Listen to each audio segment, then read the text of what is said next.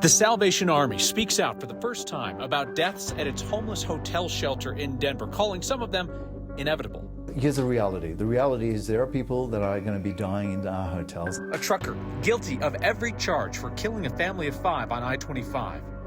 Republicans will be asking Coloradans to pass anti-trans ballot measures in November. The mystery of Colorado's booming bald eagle population.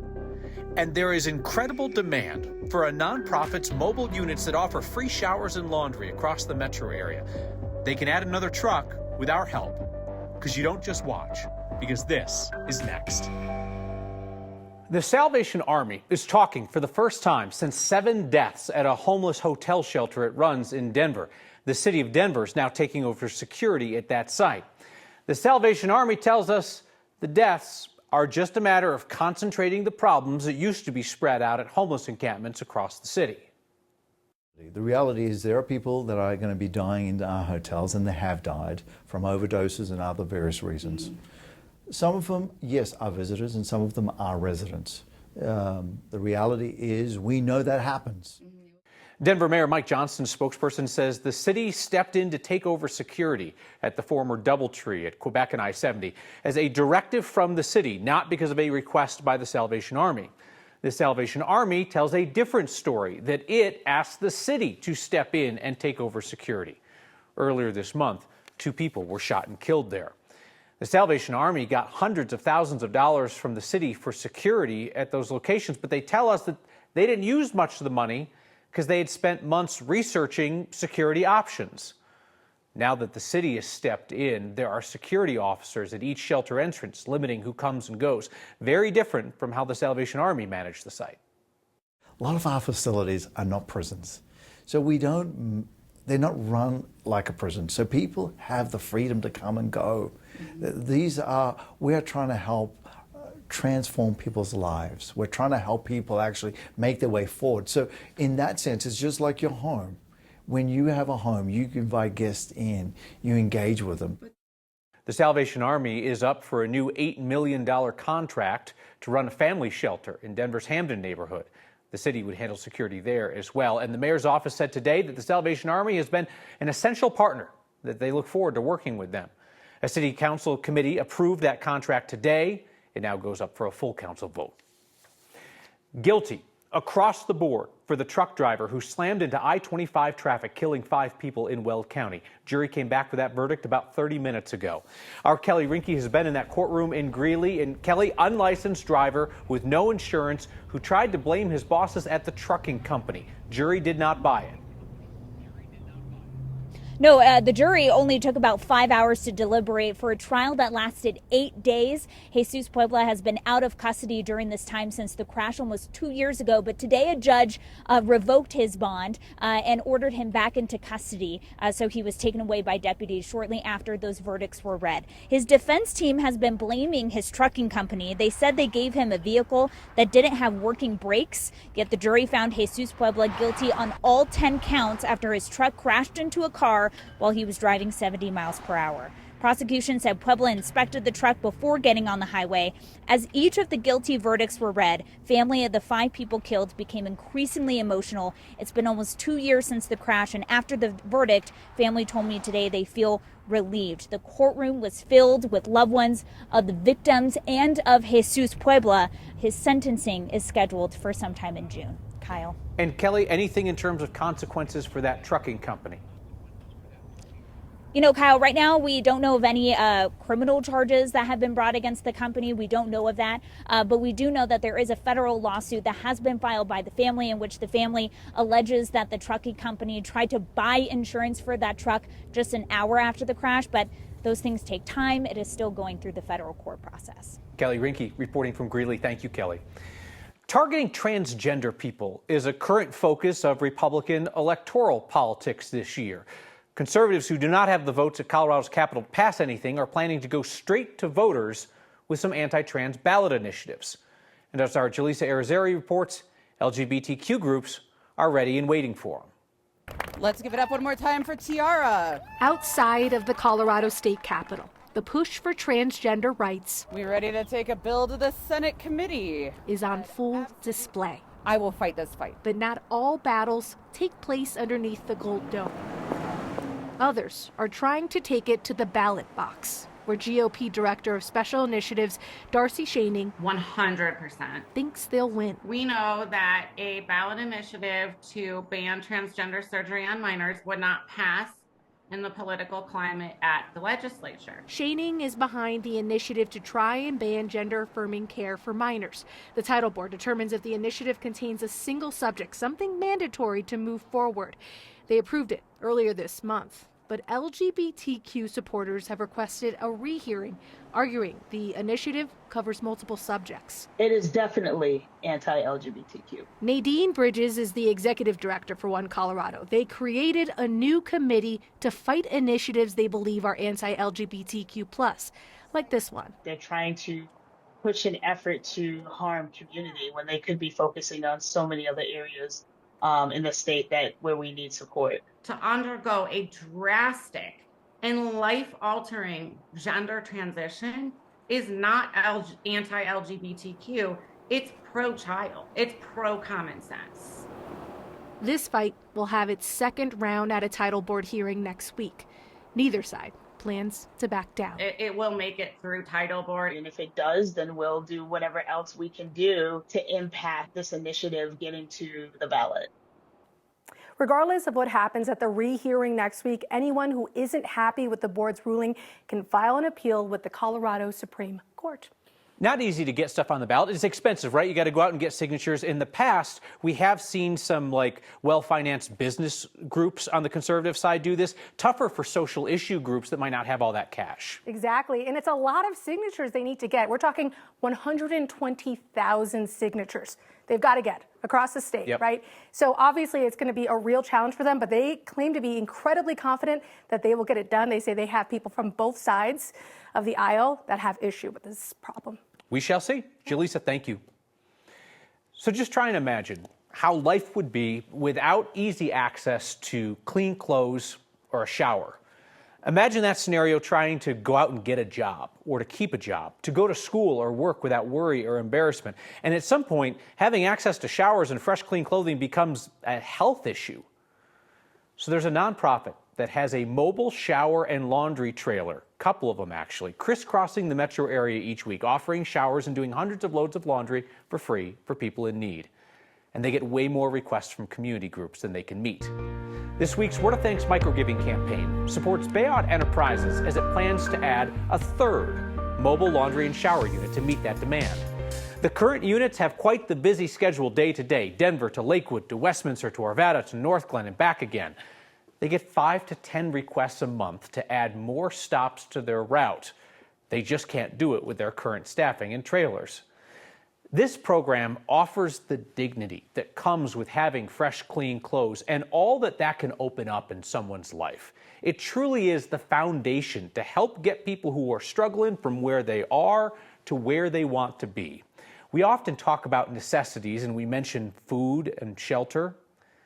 A shower and clean laundry are life necessities too, yet they're often overlooked. Certainly not by the folks at Bayard and the teams who are running their shower and laundry units. They are ready to expand their reach to meet the community's current demand with a bit of our help. Scan the QR code on your screen or text the word THANKS to 303-871-1491 to get that link to donate. You know I'll never ask you to give to a cause that I don't support myself, and you've proven even $5 helps. So as always, I'll match the first 50 donations of $5. More than 2,000 of you have now signed up to simplify your giving with a monthly donation to the Word of Thanks Fund. That meant an extra $15,000 boost to every single nonprofit last month. That's huge. Use the same QR code and text to get there. A drug company is suing Colorado, trying to keep the cost of its drug high. And bald eagle populations in Colorado are quite literally soaring to a record high. Researchers aren't sure why.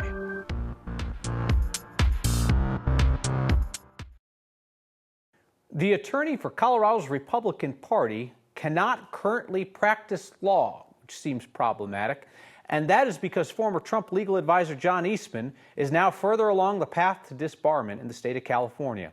Today, a state bar judge there recommended that Eastman be permanently stripped of his law license for trying to overthrow the results of the 2020 election. That pauses Eastman's ability to practice. The California bar filed 11 disciplinary charges against Eastman. He has said that he was just doing his job as Trump's attorney to lay out the roadmap on how to overthrow democracy. The recommendation to disbar Eastman now goes to the Supreme Court of California within 30 days. They would have to accept the recommendation to make it final. Eastman could appeal the judge's decision, but either way, he cannot practice law during this part of the process. The company that makes an arthritis medication is suing to stop a state board in Colorado from capping the price of their medication.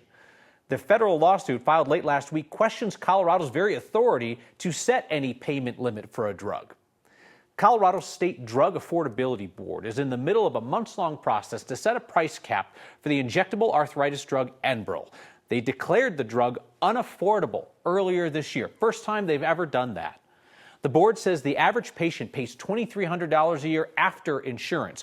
But Amgen, the drug maker, says there is no legal definition of unaffordable, and they say that most patients have that medication subsidized by insurance or patient assistance programs. They also argue that the Colorado law that created the Affordability Board violates federal control on things like patent law and Medicaid price setting. Some patients and medical providers have been wary of this idea of a potential price cap, even if it might save the patient's money. They're concerned that the drug makers would stop sending the drug here to avoid the price limit. The Colorado Consumer Health Initiative, a healthcare policy group that supports the Affordability Board, argues that pushback from drug companies shouldn't override what Colorado is trying to do. Drugs aren't usable if people can't afford them. And so in this specific instance, it's important to hold Amgen accountable for their harmful price setting tactics over the last 25 years. The state has not yet responded to the lawsuit, and the price cap is not even a given at this point. At the end of a 6-month review period, the board could ultimately vote against a price cap. In the meantime, Republicans in the state legislature are pushing a bill that would limit which drugs could ever be subject to a price cap. A beautiful spring day in Colorado with sunshine and 50s today. We have a storm system we're tracking off to the west of us that will be here over the Easter holiday weekend. There'll be some light mountain snow tonight and tomorrow, but we're in the sunshine and into the 60s we go for the next few days.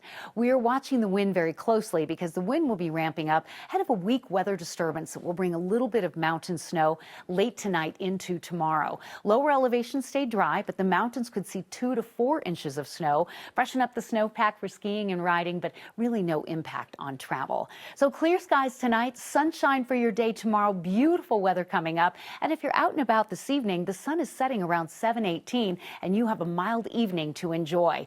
Sunshine and 60s for Thursday and for Good Friday and even Saturday. Easter Sunday, chance for a late day shower. Colder Monday with a chance for rain and snow. Back to sunshine and 50s Tuesday, close to 70 by this time next week. It's just really exciting and really encouraging to know, like, this is one of our success stories. When the flock did Colorado get so many bald eagles? Scientists are much more eloquently asking that same question.